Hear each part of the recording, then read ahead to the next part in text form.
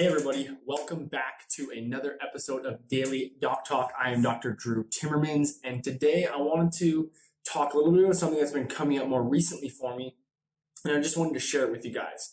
So I get a lot of questions on Instagram, Facebook, Twitter on, I have XYZ problem, I'm doing XYZ, what can I take? And a lot of the times when I talk with these people, and this is not just in that setting because there's only so much I can do when I'm talking with someone over social media, just because they're not an established patient of mine, and then there's only certain things that I can do in that realm. But even when I start talking with my patients who come and see me, they're focusing on what can I take in order to achieve a desired outcome with their health condition. And what I would say from my experience is that 70% of the time, these patients are coming in, or these people on social media are reaching out to me, and they're not stepping back to look at the basics and the fundamentals. And so I wanted to talk today, start the discussion really, because this is going to continue on, and we're going to have a lot more videos on this. But just start the discussion on what are the fundamentals, what do I believe are the biggest fundamentals, the biggest needle movers in someone's health, and why we need to focus on those things more first, as opposed to just jumping right to supplements. And so the three kind of big things that I look at are going to be nutrition. So that's going to also incorporate water intake, but essentially what is going in your mouth and in your GI system. And then we're going to talk about sleep, and so that's our rest environment, our recovery environment. And the last is, I think, one that's overlooked a lot, but it's social connections. What connections, relationships do you have in life? And so if you kind of, blanket all these three into one thing, what we're really talking about is what environment are you in? Are you in a happy, safe, loving environment, or are you in a scared, frantic, anxiety-filled, toxin-filled environment? And I'm not just referring to toxin-filled in terms of toxic relationships or air pollution or anything like that, but also internalization of self-feelings. What do you feel about yourself? Have you really addressed the feelings you have about yourself? And so, when we start to really break those down, so we have our nutrition, we have our sleep and our recovery, and then we have our social connections. So when I start talking with patients about nutrition, the biggest shifts that we typically need to make first, the things that are going to cause the biggest changes, be the biggest needle movers, is actually going to be removing the harmful foods. And so for most people, this is decreasing or eliminating any fast food intake, as well as any processed food. Processed food meaning it's made in a factory, it comes in a box and a bag. Working on eliminating those things is going to have a larger impact on your health than adding in some fruits and vegetables throughout the day. Even if you're getting 3 to 4 servings of fruits and vegetables, which is still a little low in my opinion, if all your other meals are chips, popcorn, candy, soda, pop, whatever, things that are processed and made in a factory, that those fruits and vegetables are still going to be beneficial, but you're not moving the needle the way that you want to be and the way that you should be. And so eliminating those foods first is going to be kind of the first biggest step. Usually that comes with working on some mental emotional stuff, because people get attached to their food. And so usually that's something that if you're doing this on your own, you need to have a real conversation with yourself. And I posted about this recently, but the conversation needs to shift from I can't have this to I don't want to have this. And so, because when you tell yourself or you're told you can't have something, you're probably going to do it. It's like that kid. You tell him not to go do something, tell him he can't do something, he's going to want to go do it. And so you need to shift that framework around the language and the emotions around the food.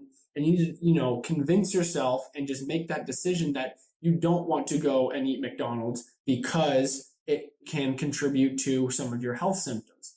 And again, I'm just using that as a single example. Obviously, there's a lot more other things that could be going on.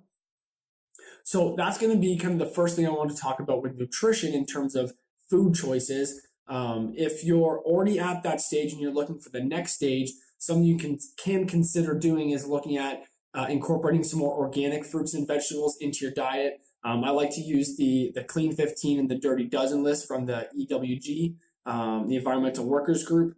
So if you go on their website, you'll find each year they update it. It's the Dirty Dozen is the top 12 fruits and vegetables that are most contaminated with pesticides.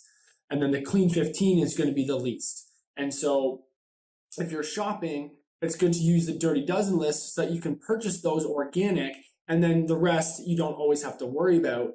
And then one additional thing you can do is that there's some pesticide washes out there that are going to have some natural enzymes that are going to help break that down. So you soak your vegetables in it beforehand, and then you can eat them, and it just reduces that total burden. So that's some of the nutrition. The other aspect of nutrition is making sure you're drinking water. My recommendation is going to be half your body weight in ounces per day. And so if you are a 200-pound man, you're going to want to be drinking 100 ounces of water each day. My preferred water is going to be reverse osmosis water with adding either some form of a sea salt or a concentrated mineral drops added into it. Because when you have the reverse osmosis water, you're stripping out all the minerals. You're also removing all the toxins and things like that, which is beneficial, but you strip out the minerals and you need to add those back in, because then if you drink the water, it can dehydrate you and strip those minerals out of you. So that's super important. So then the next thing is sleep. And what kind of sleep environment are you in? Are you in a stressful environment when you go to bed? Do you have a lot of lights on? Do you have a lot of moonlight or street lights coming in from outside? Do you have a lot of electronics in the room? So removing EMS from your room, that's unplugging things, removing them completely, turning off your Wi-Fi, for example, using a sleep mask to help block out some extra light that could be coming in, or blackout curtains. I personally use both blackout curtains and the sleep light or the sleep mask. And that's going to just help you to get into a deeper sleep so that you recover better, so that your body can induce a state of optimal health instead of trying to force it with supplements. And then the last is just the social connections. What people are you surrounding yourself with? The famous saying, you're the average of the top 5 people you hang around. Well, are those people in line with your values? Do they support what you're doing? Are they optimistic about life, or are they pessimistic and they bring you down and they're always talking about the system and always talking about politics and always just bring this negative energy into your life? That aspect of, the energy influences from the outside has such a huge impact on your emotional and physical health that you owe it to yourself to take a real hard look at your inner circle and evaluate whether those people are bringing you value and are supporting you in your health, or are they removing from that. So that's just kind of the overview that I want to talk about today on the pillars that we're going to expand on in the future. And I'll probably end up doing some more targeted videos on specifics for my views on nutrition, my views on sleep, and my views on social connections, and maybe some more specific ways and specific things that you can do to implement to improve these areas of your life.